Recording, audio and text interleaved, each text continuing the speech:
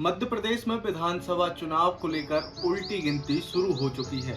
लगभग 200 से भी कम दिन अब विधानसभा चुनाव के लिए बचे हैं। ऐसे में राजनीतिक पार्टियों के द्वारा मुद्दों पर चर्चा शुरू हो गई है। तमाम प्रकार के मुद्दे आ रहे हैं, जिसमें सबसे ज्यादा गर्मा गर्मी देखने को मिल रही है हिंदुत्व के मुद्दे पर।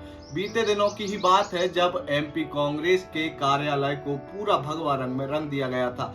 तो क्या इस बार मध्य प्रदेश का विधानसभा चुनाव भगवा या हिंदुत्व के एजेंडे पर होगा? आज इस विषय पर हमसे चर्चा करने के लिए जुड़े हैं मध्य प्रदेश के जाने माने वरिष्ठ पत्रकार, जिन्होंने मध्य प्रदेश की राजनीति को बेहद ही करीब से देखा है और उस राजनीति के बारे में काफी कुछ लिखा है। हमारे साथ जुड़े हैं श्री अजय वकील सर। सर से चर्चा करेंगे। सर, क्या लगता है इस बार विधानसभा चुनाव का सबसे अहम मुद्दा हिंदुत्व होगा? देखिए, हिंदुत्व मुद्दा तो रहेगा, इसमें तो कोई शक नहीं। हालांकि एकमात्र मुद्दा होगा ऐसा मुझे नहीं लगता है। उसका कारण ये है कि बीजेपी केवल एक मुद्दे पर को लेकर के नहीं चल रही है। वो उसकी जो रणनीति है बहुआयामी है। वो आदिवासियों पर भी ध्यान केंद्रित कर रही है, वो दलितों पर भी ध्यान केंद्रित कर रही है, महिलाओं पर भी ध्यान केंद्रित कर रही है, युवाओं पर भी केंद्रित कर रही है। तो वो तो एक तरह से बहुआयामी रणनीति पर चल रहे हैं। लेकिन हिंदुत्व का मुद्दा तो उनका पहले से है। कांग्रेस जरूर इस तरफ पहली बार देख रही है, ऐसा लग रहा है मध्य प्रदेश के अंदर। हालांकि ये भी एकदम पहली बार कहना भी गलत होगा, क्योंकि परोक्ष रूप से ऐसे प्रयास कांग्रेस ने पहले पिछले चुनाव से शुरू कर दिए थे। जैसे दिग्विजय सिंह नर्मदा परिक्रमा कराए थे, या कांग्रेस नेताओं ने अपने घर में भागवत कथाएं शुरू कर दी थी, कई नेताओं ने कराई हैं। लेकिन फिर भी कांग्रेस को बहुत बड़े पैमाने पर या घोषित रूप से इस मुद्दे को लेकर नहीं सामने आ रही थी। इस बार ऐसा लग रहा है कि वो शायद खुल करके इस पर खेलेंगे। कमलनाथ जी खुद भगवान हनुमान का भक्त अपने आप को बताते हैं। उनकी अधिकांश तस्वीरें, अगर सोशल मीडिया की बात करें तो प्रोफाइल पिक्चर भी भगवा गमछा डाले हुए नजर आ रही है।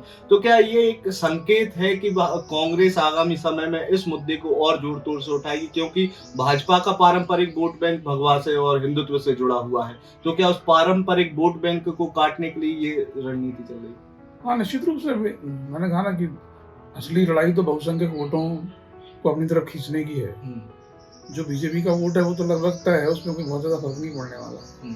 लेकिन कांग्रेस को लगता है कि अगर यही एक तरीका है जो उसका वोट परसेंट बढ़ा सकता है, जो क्योंकि बीजेपी ने लगातार ये प्रचार करके ये साबित करने की कोशिश की है कि कांग्रेस जो है वो हिंदू विरोधी पार्टी और धर्म का उसके लिए कोई महत्व नहीं है। जबकि हमारे जीवन में या हमारी राजनीति के नए दौर में धर्म का बहुत ज्यादा महत्व बढ़ चुका है। बिल्कुल।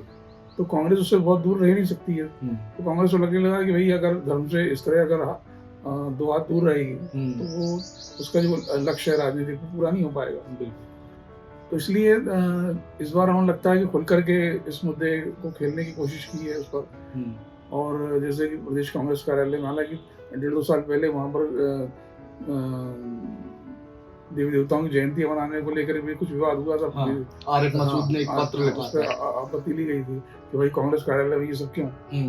तो लेकिन उसको लोगों ने खारिज कर दिया था। दूसरी बात ये है कि बीजेपी को अब अपने कांग्रेस को ये लगने लगा है कि केवल मुस्लिम वोटों के भरोसे कोई चुनाव जीत नहीं सकती। कम से कम मध्य प्रदेश में नहीं जीत सकती, क्योंकि मध्य प्रदेश में अल्पसंख्यक वोट है ही बहुत कम, 6-7% है। तो उससे कोई बहुत मुश्किल से 10-15-20 सीटें ऐसी हैं जहाँ पर वो कहीं निर्णायक हो सकते हैं। बिल्कुल। तो उससे बहुत ज्यादा फर्क पड़ता नहीं है। कुल मिला के ये है कि सारी लड़ाई बहुसंख्यक वोटों के में ही होने वाली है। और उनको अट्रैक्ट करने का एकमात्र तरीका ये है कि कांग्रेस अपने आप को भी बीजेपी से बढ़कर ज्यादा हिंदुत्ववादी दिखाए। सर, एक संभावना ये भी तो बन सकती है कि यदि कांग्रेस पार्टी हिंदुत्व के एजेंडे पर बात करेगी तो उनका जो पारंपरिक वोट बैंक है, अल्पसंख्यकों का वोट बैंक, तो क्या वो छिटकने की संभावना भी बनेगी? उसकी संभावना इसलिए बहुत कम है कि वो आखिर कहाँ जाएंगे। उनके सामने अब स्थिति दरअसल ये बड़ी दुर्भाग्यपूर्ण स्थिति भी है कि देश में ऐसी परिस्थिति पैदा कर दी गई है कि जहाँ पर अल्पसंख्यकों के सामने कोई बहुत विकल्प रह ही नहीं गया है। वो एक तरह से राजनीतिक रूप से साइडलाइन कर दिए गए हैं। तो उनको किसी भी पार्टी को उनकी ज्यादा चिंता नहीं है। खाल के 1-2 राज्यों में जहाँ पे उनकी संख्या बहुत ज्यादा है, तो वो बिहार, बंगाल जैसे राज्यों में कह सकते हैं हम, तो वहाँ थोड़ा उसका महत्व, उनकी संख्या काफी ज्यादा है। उत्तर प्रदेश में बीजेपी ने ये कर दिया कि बगैर उनके वोटों के वो सरकार बना लेते हैं। तो सवालिक मध्य प्रदेश तो स्थिति बहुत ही पीछे है, वहाँ तो इतने वोट ही नहीं है। तो कांग्रेस को वोट देने, या तो वो वोट ही ना दें किसी को, एक तो ये है, या फिर ये है कि कांग्रेस को देने के अलावा कोई चारा नहीं है।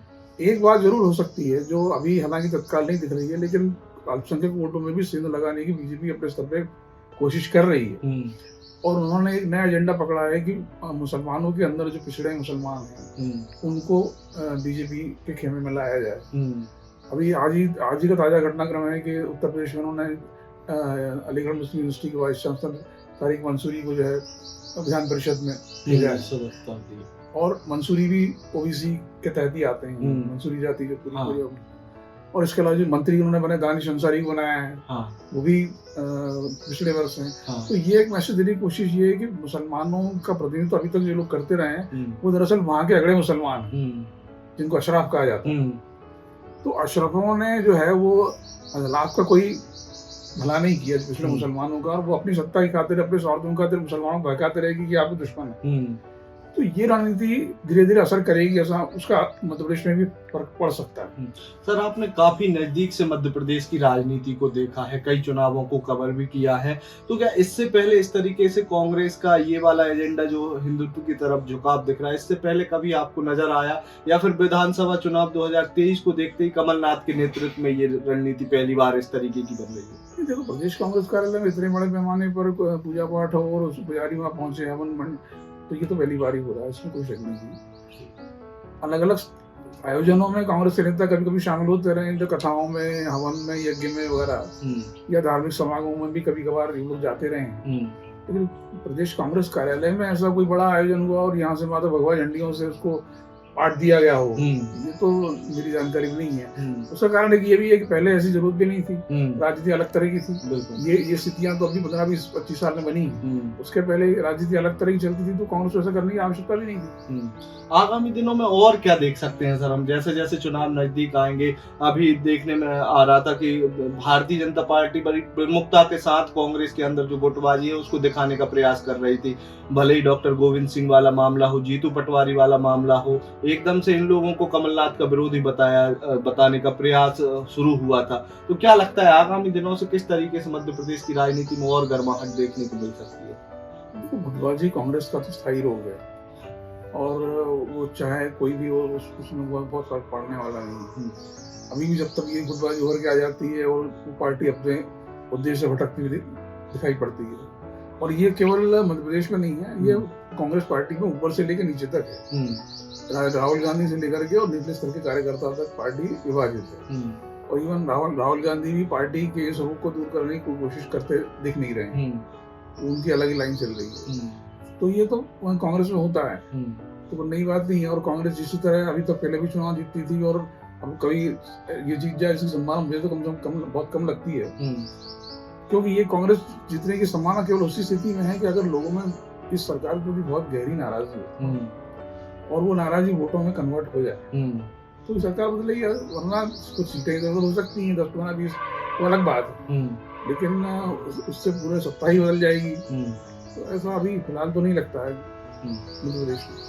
बिल्कुल, तो ये थे हमारे साथ वरिष्ठ पत्रकार अजय वोकिल जी, जिनका साफ कहना है कि मध्य प्रदेश में खास तौर पर प्रदेश कांग्रेस कार्यालय में ये पहली बार ही देखने को मिल रहा है कि हिंदुत्व के मुद्दे पर कांग्रेस खुद प्रखरता से सामने खड़े होकर बात करती हुई नजर आ रही है। आगामी दिनों में मध्य प्रदेश के विधानसभा चुनाव जैसे जैसे नजदीक आएंगे वैसे वैसे राजनीतिक पारा और बढ़ेगा, और मध्य प्रदेश की राजनीति से जुड़ी हुई हर एक छोटी बड़ी खबर हम आप तक लेकर आते रहेंगे। तब तक के लिए आप हमारे साथ जुड़े रहिए, देखते रहिए आयुध को सब्सक्राइब करना ना भूलें। आप हमें फेसबुक, ट्विटर और इंस्टाग्राम पर भी फॉलो कर सकते हैं। आपका बहुत बहुत धन्यवाद।